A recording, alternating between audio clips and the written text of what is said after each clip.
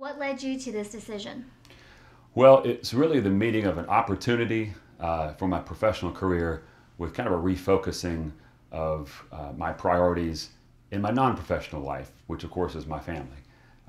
When I started in the legislature, I had a 2-year-old and a 1-year-old. And so many parents can tell you what's going to happen as those children grow older and how busy you're going to be, but you really don't know that until you experience it firsthand. And then on top of that, during that time period, I had 2 more children. So I've got a 13-year-old, a 12-year-old, a 9-year-old, and a 7-year-old. And they're into everything from dance to music to basketball, lacrosse, football, swimming, everything. And I recognize that a lot of my duties working in the legislature were conflicting with a lot of things that they were doing. And you only get a parent to be a parent one time. You got one shot at getting that right. And I never wanted to sit back and look and say, well, I was busy doing that legislative work and passing those bills, and I'm sorry I didn't get to come to your events. I just never wanted to be that guy, and that would have been a regret that I don't know that I would have gotten over. So the timing from that perspective is extremely important. My number one job is being a dad, and I don't want to ever fail at that. But also on the other side is the incredible opportunity to get back to what my professional career has been, and that's in the world of broadcasting. And what GPB offers is kind of a standard in broadcasting that you rarely find anywhere else. I mean, there's really as good as it gets. They're kind of the gold standard for public broadcasting, and they've given me the opportunity to do some things that I really want to do. And having that opportunity at this time in my life was really something that I didn't dream was going to happen, but it did. And so I'm very excited about the future. What will your new job entail? Well, the beauty of this opportunity is that I'm really going to be able to do like all the things that I always wanted to do and have done in the past. We'll be doing television work, radio work, online, and also getting in the classroom and working with school children, which really, over the last few years of my legislative career, has become a real passion of mine. What we see in Georgia today is a lot of really good stories about Georgia jobs, small businesses across our state that aren't being told, and we want to tell those stories. But in telling those stories, we also want to highlight some of the opportunities that we have in matching our education system with our economic system. One of the problems the state has had for a long time is we've always had this economy that was just exploding, and our education system wasn't keeping up with it from the perspective of making sure that the students coming out had the skills to go immediately into those jobs. And we talked to a lot of Georgia employers who would like to grow, but they just can't find that qualified workforce. What we'd like to do is highlight those opportunities so that students can see what we're doing and say, hey, there's a job I'd like to do, and here's what I need to do to get there. So if we can do that and kind of bring those two worlds of education and Georgia's economy together, everybody's going to be better off. And this is just a really exciting opportunity to talk about and be involved in some of the things that I really enjoy. What are you most proud of during your time in the legislature?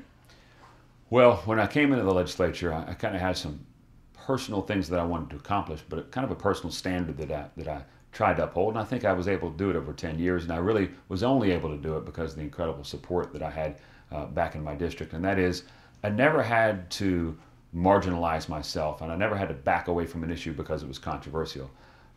One thing that no one will ever say about me during my time here was that I was scared to take on the tough issues. And so whether it was immigration or major tax cuts, major tax reform, spending limits, or major education reform.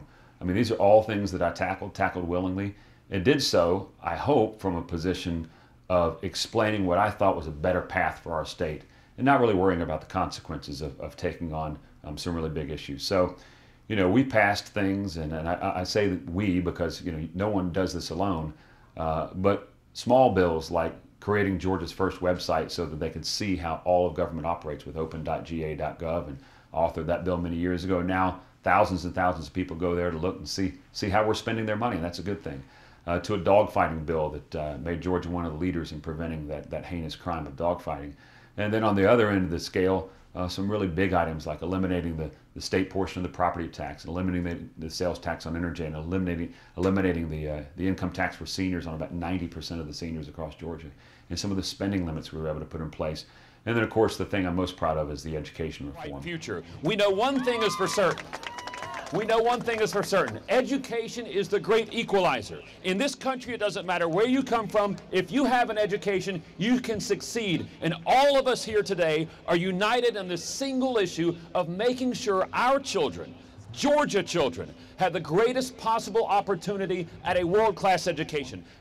We have, over the last 10 years, moved Georgia from a system where almost no parent had any choice to a system where hundreds of thousands of parents now have choice in this state, whether it be through special needs scholarship, tuition tax credits, or now through charter schools.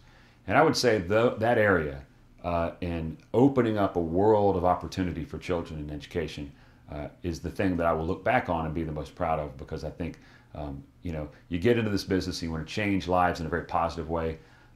Giving a child a chance at a real education, you can't give them anything better than that. You can give them money, you can give them time, but giving them a chance at a real education is about as good as you can do. And during the last 10 years, we've been able to really change the way Georgia does that, and so that's what I'll be most proud of. Do you have any regrets? Well, of course, you always have regrets on the things that you didn't get to. But as I look back over my time in the legislature, and particularly my time as majority leader, we got to a lot of the things that really matter. So I don't know that I have that many legislative regrets. I guess sometimes you're always going to have some personal regrets, and that politics is a very, I won't call it a dirty sport, but it's a contact sport for sure. And you end up having, frankly, when you look back at it, silly fights over silly issues that in the long term don't really matter that much. And sometimes it damages friendships that you had. And I guess as I look back, of all the wonderful people I've met in this business, that losing some of those friendships over political battles was probably the thing you regret most. You kind of look back and say, I wish I would have said this instead of this. And I'm sure most people have that in any walk of life, but in politics probably more than most. So I do have those personal regrets on some of those struggles, but the incredible number of lifelong friends that I've met in this process is something that I'll never forget. So overall, it has been an incredible experience, one that's been very enriching in my life, and hopefully I've been able to give a little bit back to the state that I love so much that made a positive difference. Any parting wisdom for members in the Senate? There's a lot of things that you could share that you learn through personal experience.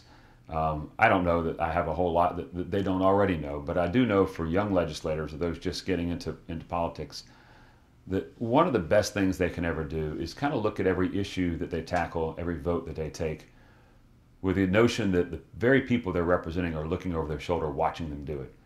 Sometimes elected officials in whatever body they're in, they get so involved in that body that they will tend to forget the people they're supposed to be representing back home. And it's frustrating for both constituents and for elected officials to hear people say one thing on the campaign trail and then do another thing when they're in elected office. So just be true to your word. One of the things that I started doing early in my career, I guess after my first term, I kind of looked back and I felt like I was going out and speaking to groups and telling them what they wanted to hear, as opposed to what was really on my heart.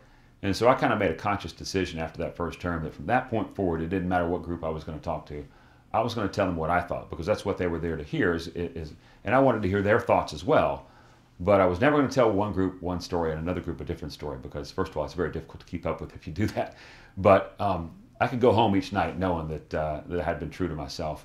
And if you can do that, it doesn't matter where you go, what position you hold, or what influence you think you have. If you can be honest with yourself and honest in your representation of the people that sent you here, you'll go a long way.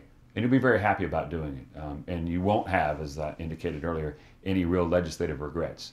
So that would be the best advice I can give to people, is just be the same person on the campaign trail and in office. And when you can do that, you'll be quite successful.